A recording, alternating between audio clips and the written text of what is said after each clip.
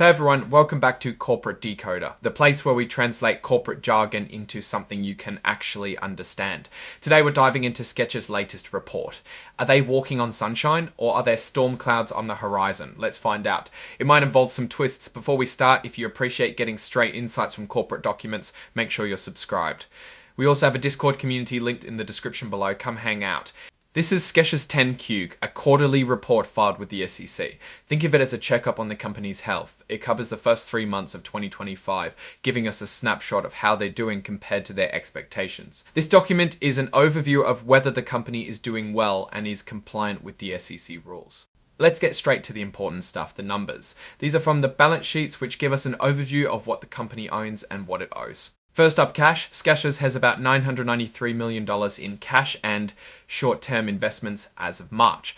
That's a solid pile of money, but it's down a bit from the $1.1 billion they had at the end of last year. Companies always have less cash after the holiday season. That's expected, as that's when they make most of their sales. Next, let's look at receivables, the money owed to them. Skechers is reporting $1 billion in receivables. Accounts receivable are one of the most interesting part of the 10Q.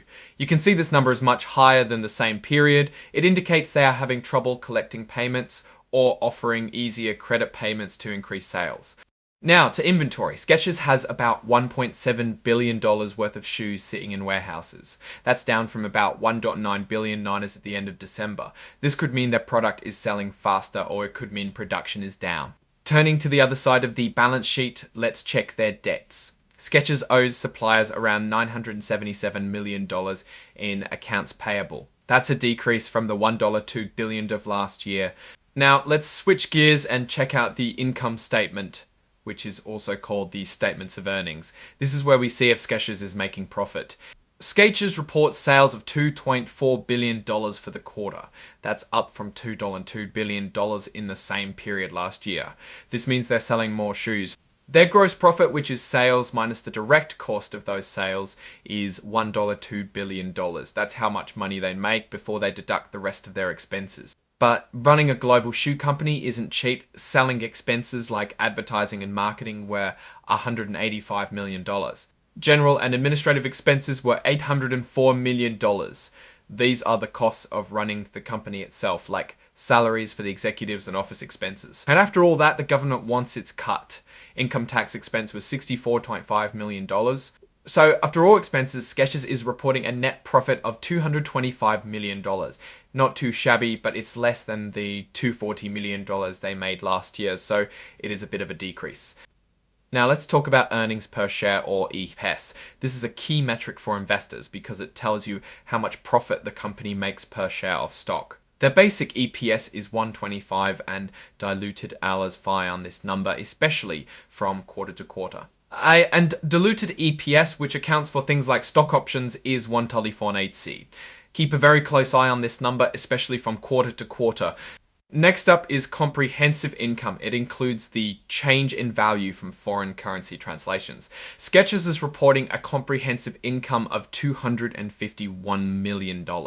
It's important to see the difference between net earnings and comprehensive income. Net earnings represents the actual profit the company booked from selling products. Comprehensive includes a bunch of accounting adjustments. These accounting adjustments are not wrong, but they are not real. So smart investors keep a close eye on the difference to judge management discretion and reality. Moving on to the cash flow statement, it is very important to see that the cash is actually making money.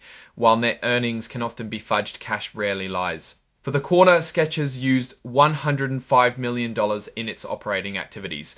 This means that overall their core business operations consumed more cash than they generated. This does not necessarily mean they are doing poorly, but is critical to watch. And finally, let's check cash used for investing activities to see if they are building new stores and buying equipment. Skechers invested about $147 million. Those expansions cost money, but will supposedly generate more profit as time goes by. This is a bet that management is taking with the company's future. This is always a gamble.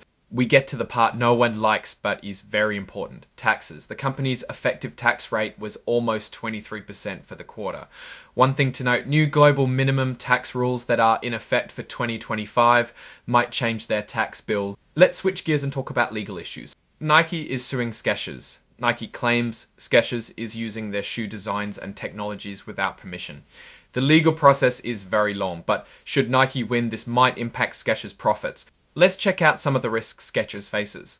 One of their biggest concerns is tariffs and trade wars. If the US government increases import taxes or other countries retaliate, it will hit Skechers' bottom line because higher prices might scare away customers. They depend on cheap goods imported from other countries. Now let's wrap things up and discuss what all this means for Skechers. Sales are up, that's good, but profit margins have decreased as well as the net earnings, so something needs to change. Otherwise, they would eventually trend in the wrong direction. Their financials and cash flow is concerning since it consumes a lot of money right now to scale up. A big opportunity for Skechers lies in expanding into new international markets. However, they also need to manage those legal risks, especially in relation to the Nike lawsuit. It can get expensive if it goes against them. To me, Skechers is at a crossroads. Their management team seems competent and their name is everywhere, so the potential upside for growth exists if they play their cards right and navigate those tricky tariffs. They could be a solid investment. Alright, that's our breakdown of Skechers' latest filing. What's your take on these numbers and what they signal for the company's future? Drop your thoughts in the comments. If this analysis was valuable, hitting that like button really helps, and subscribe for more deep dives.